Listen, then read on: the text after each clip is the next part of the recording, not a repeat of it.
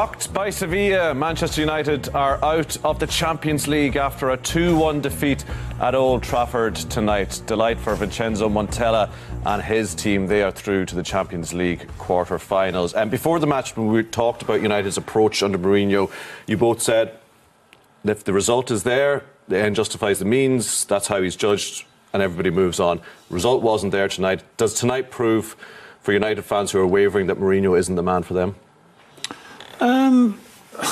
Or is that too big a conclusion to take from one tie? Yeah, they won 2 trophies last year. I think what it proves is that I come back to the weekend when they had 32% possession against Liverpool and they won the game. That you can't do that on a regular basis, have that little possession and win football matches. And I don't know what the possession stat was tonight, but in my head I'm thinking they played second fiddle for most of that game tonight, other than the last sort of 5-10 minutes of the game. They just don't. There's nothing, and I have to be really careful, Tommy, because people think I'm sitting here with a Liverpool head on. I just don't see them playing any football that gets me excited in any shape or form. I think from a Man United fan's perspective, Graeme, is, you know, after this is the second year, third year, is there progress being made? Is there a style of football being implemented? And there's not. You know, there's not an improvement on last year. They're not very exciting. Well, they've won more Premier League matches and scored more goals already this season than they did in the whole of last season. Okay, how many points do they have behind Manchester City? 16. 16 on the out of the last 16.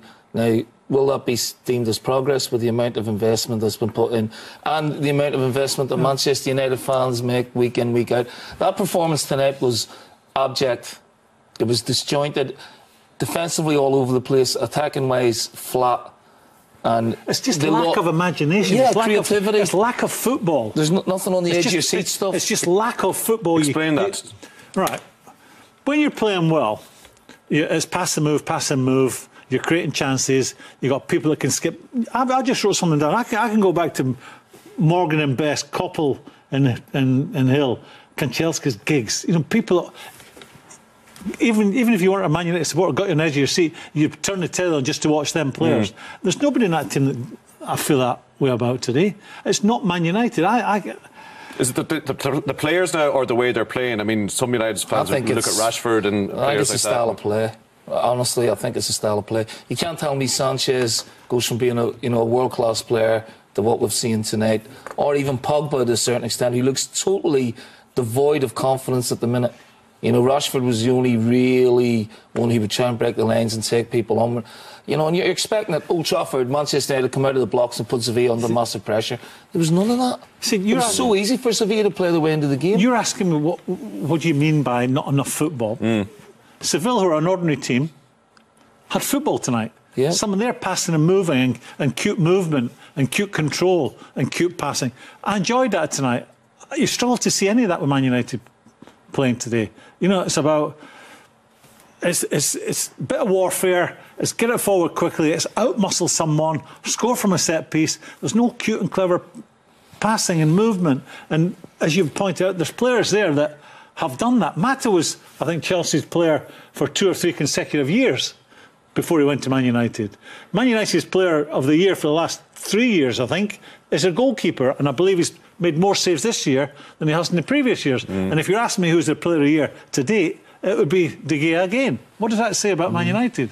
That tells you they're not a great watch. They're not playing a brand of football that creates a lot of chances. They're not playing a brand of football that gets you on the edge of your seat. And it is entertainment. It's not just about a grind to dig results out. You know, when you walk into a football club, you inherit a group of players. That's the group you've got to work with. You've got to get the most out of that group of players. If you're there for 4 or 5 transfer windows, that's when people could say, well, that's your team.